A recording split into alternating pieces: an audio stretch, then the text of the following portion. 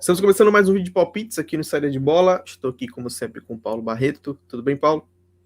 Tudo bem, Sérgio? Um abraço aí pro pessoal. Vamos para cima, porque hoje são 7 jogos, né? 7 jogos. Ontem a gente teve 3 abrindo a rodada 9 do Campeonato Brasileiro. O Campeonato Brasileiro está correndo aí muito rápido. Eu vou começar falando aqui de Chapecoense e Bahia, que é o jogo das 11 horas do domingo. É o jogo que a gente não tem indicação de aposta, o único jogo da rodada que a gente não tem indicação de aposta, porque a gente vê que o jogo está muito ajustado, as linhas estão muito ajustadas, a Chape vinha aí de alguns empates contra times bem fortes, acabou tropeçando contra o Fortaleza no sentido de, sim, era normal, era esperado que a Chapecoense perdesse para o Fortaleza, mas não nas condições que aconteceram, né? A Chapecoense acabou ficando com um jogador a mais em campo, tinha um resultado favorável, né? Tinha um 1-0 ali, não me engano, acho que a expulsão aconteceu ainda quando estava 1-0 para a Chapecoense, e aí o Fortaleza acabou virando o jogo, vencendo até com mais facilidade, abriu um 3-1, depois o Perrotti diminuiu, enfim. Foi uma vitória tranquila do Fortaleza e não tão, um desempenho tão ruim assim, um desempenho ruim da Chapecoense, perdão. Porque esse era um time que vinha empatando, vinha tirando pontos, tirou ponto do São Paulo, tirou ponto do Atlético Paranaense fora de casa, um resultado que ninguém esperava. Então, assim, contra o Fortaleza, com um jogador a mais, era possível um resultado melhor. Então, assim, o Bahia, para mim, é favorito, mas não compra a linha do Bahia. Acho que eu compraria talvez um handicap 0 do Bahia, com odds mais altas, mas nesse momento a gente tem um menos 0,25. Não acho que seja uma aposta interessante, por isso a gente não vai indicar nada para esse jogo. Paulo, Flamengo e Fluminense vão se enfrentar aí. Queria que você falasse desse jogo e desse a nossa indicação de aposta. O Fluminense vem numa descendente no campeonato. Fluminense que começou bem, né? Vinha com o time ajustado, principalmente ali na Libertadores, né? Venceu um grupo muito difícil. Teve partidas interessantes contra o Flamengo, as últimas partidas, mas quando você vai olhar para o elenco, a capacidade dos dois times, né? A superioridade do Flamengo, você vê que o Flamengo realmente é favorito. Tudo indica que o jogo vai ser no estádio do Corinthians, né? Segundo o Rogério Ceni, o melhor gramado do Brasil. Então, talvez isso seja um fator a mais a favor do Flamengo. Então, assim, vitória do Flamengo eu vejo com bons olhos para esse clássico, né? Pesando muito essa dificuldade que o Flamengo tem contra o Fluminense, desculpa, o estádio do Corinthians, né? E botei um Corinthians no meio aí da análise e tudo mais. Mas é isso, eu acho que o Roger precisa mostrar um algo a mais, né, do que ele não mostrou ainda. Nenê, Fred, muito parado ali, só esses caras pela ponta jogando em velocidade está muito pouco. O Fluminense precisa mostrar outras alternativas que não mostrou até aqui. Então, vamos de Flamengo para vencer. 1,75, 1,80, 1,90, isso vai depender muito de cada apostador. Agora está pagando 1,75 e para mim eu já acho que tem valor. Então, vou fazer essa aposta agora. Mas se você quer uma oddzinha um pouquinho mais alta, você espera o mercado se movimentar ou live. É isso. Uma unidade na vitória do Flamengo 1,75 mais, depende, como o Paulo falou, do cada apostador. E eu vou falar aqui Ceará e Juventude. Vou indicar a aposta no mais 0,75 do Juventude. Acho que o Juventude vive um momento muito bom no campeonato, tem conseguido competir, o que era uma coisa que eu não esperava do Juventude. Desde a primeira rodada naquele jogo contra o Cuiabá, que eu vi o Juventude competindo, eu falei, pô, é um time que pode competir, é um time que pode eventualmente dificultar a vida dos adversários. Encaixou um ataque muito interessante com o Paulinho Boy, agora que veio do São Paulo, tá jogando aberto ali pelo lado esquerdo, tem feito diferença, tem sido uma válvula de escape para o Juventude, que é um time naturalmente que joga mais sem a bola, né? Porque tem uma qualidade técnica inferior à maioria dos adversários da Série A. Tem o Matheus Peixoto em grande fase, brigando aí pela artilharia do campeonato. O Ceará também vive um momento de retomada de trabalho. Eu sempre comparo muito o Guto Ferreira com o Renato Gaúcho. Assim, o Guto Ferreira teve aí a capacidade de ressurgir, de resgatar o seu trabalho no Ceará. Em algum momento dessa temporada, o Guto Ferreira viveu uma pressão interna ali, muitos falaram de demissão, de troca de treinador, e o Guto, aos poucos, conseguiu manter o seu trabalho, resgatar o trabalho dele e botar o Ceará de novo nos trilhos. Acho o Ceará, sim, favorito contra o Juventude, mas não numa linha de menos 0,75. Acho que é uma linha fora da realidade para o momento do Ceará, para o momento de Juventude. Por isso a minha indicação de aposta aí com uma unidade é no mais 0,75 do Juventude. Essa odd está aí basicamente 1,90. Acho que ela está um pouquinho menos ali, 1,88, 1,87, 1,89, depende muito da casa de apostas. Uma unidade aí, a indicação no mais 0,75 do Juventude. Paulo, outro confronto da rodada é Sport e Palmeiras no Nordeste, né, lá no estádio da Ilha do Retiro. Como é que você analisa esse jogo? Se você for olhar para o mercado de gols, é muito difícil você analisar o jogo, porque, por exemplo, o Palmeiras ele tomou gols em quase todos os seus jogos até aqui. e o Sport fez pouquíssimos gols nos seus jogos. Então, assim, você tem um Palmeiras com uma tendência de over, né? E se você for olhar para a ideia do seu treinador, a ideia do treinador do Palmeiras é uma defesa muito sólida e um time muito rápido no contra-ataque, um time que consegue agredir o adversário na transição e velocidade. Só que isso não está fluindo bem nesse início, né? O Palmeiras está tomando muito gol. Então, o Palmeiras só teve uma partida que não tomou gol até aqui, né? Que foi a vitória contra o Juventude de 3-0 fora de casa.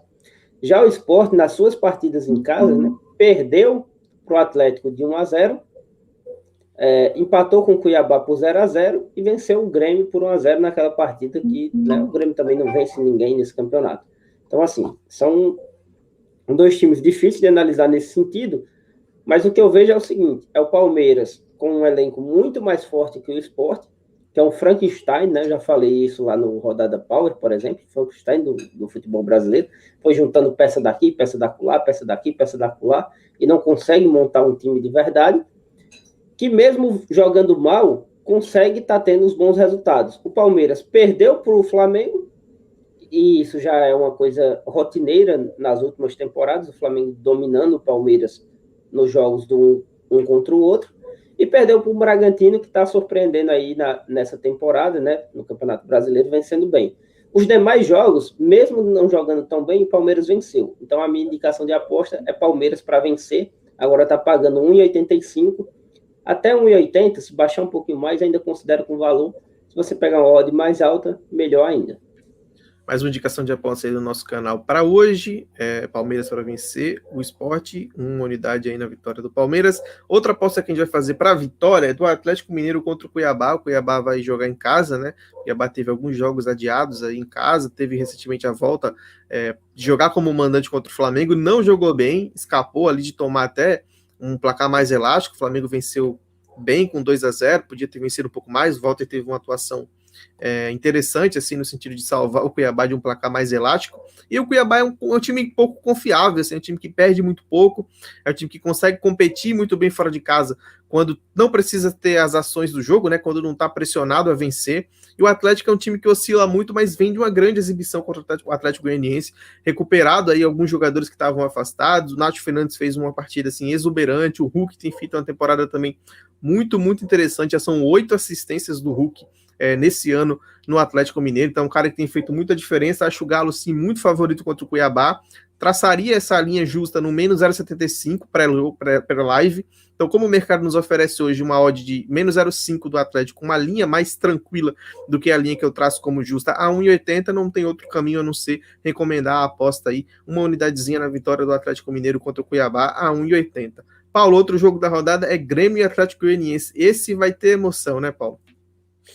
Cara, o Grêmio vem... O Grêmio tá tipo São Paulo, né? Acho que ainda falta a gente falar de São Paulo, mas assim, toda rodada esses times vêm como favorito, mas já são 8 rodadas de Campeonato Brasileiro e nada dessas equipes vencerem. O Grêmio, nas últimas rodadas, até produziu mais do que nas primeiras. Nessa última, não gostei nem um pouco, foi contra o Juventude, o Grêmio não conseguiu produzir muita coisa. Muito bem se falando do Douglas Costa fora de forma, né? Mas acredito que ele mesmo, entre aspas, fora de forma, ainda é um cara muito diferente, é um cara que tem um toque de bola qualificado, é um cara que tem jogadas diferentes, é um cara que faz algo que os outros atletas do Grêmio não fazem.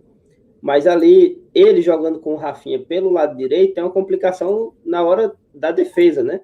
Porque o Rafinha, para subir ao ataque, é uma coisa. Agora, da hora de voltar é outra. Quando ele está posicionado, ele marca muito bem. Mas depois que ele sobe o ataque, nem ele volta, nem o Douglas Costa consegue fazer isso. Não é mais um Ferreirinha, que é um cara jovem que pode voltar com essa velocidade. Então, o Grêmio tem muita dificuldade nesse sentido.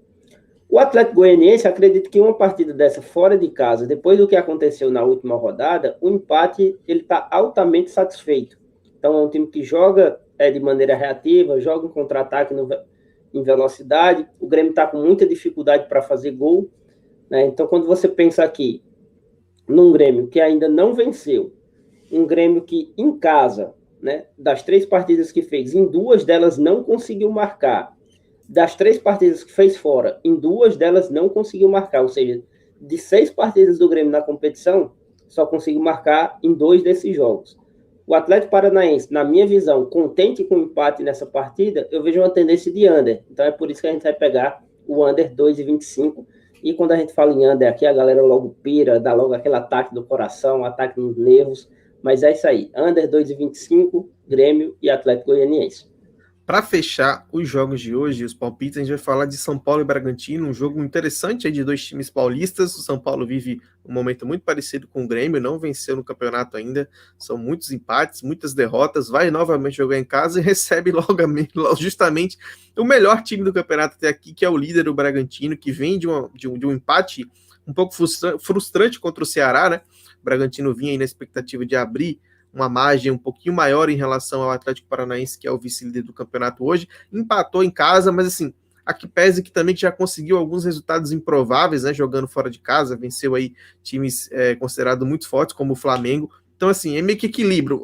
Os 2 pontos perdidos, digamos assim, do Red Bull Bragantino em casa contra o Ceará, já foram recuperados de alguma forma no campeonato, com resultados improváveis. Acho, sim, um jogo muito equilibrado e não concordo com o favoritismo do São Paulo. Acredito que essa linha de mais 0,25 do Red Bull Bragantino tenha valor para jogo, justamente porque se o São Paulo vive uma dificuldade de vencer, tem dificuldade jogando em casa, durante toda a temporada teve problemas para jogar em casa assim, contra times que conseguiam explorar um pouco mais a parte defensiva do São Paulo. O São Paulo tem um sistema defensivo muito forte, mas assim, é um sistema defensivo que ainda é um pouco exposto, no sentido de ter zagueiros pesados, principalmente se você tem o Arboleda na Copa América. São Paulo fica com o Bruno Alves, por exemplo, jogando pelo lado direito, que é um cara mais pesado. Então, assim, o São Paulo no contra-ataque costuma sofrer, apesar de ter 3 zagueiros ali considerados bons, né? O Miranda é um bom zagueiro, o Bruno Alves é um bom zagueiro, o Léo tem feito uma temporada bem interessante, para mim foi o melhor do clássico contra o Corinthians, inclusive o melhor jogador em campo, mas assim, é o São Paulo que sofre ainda com contra-ataque,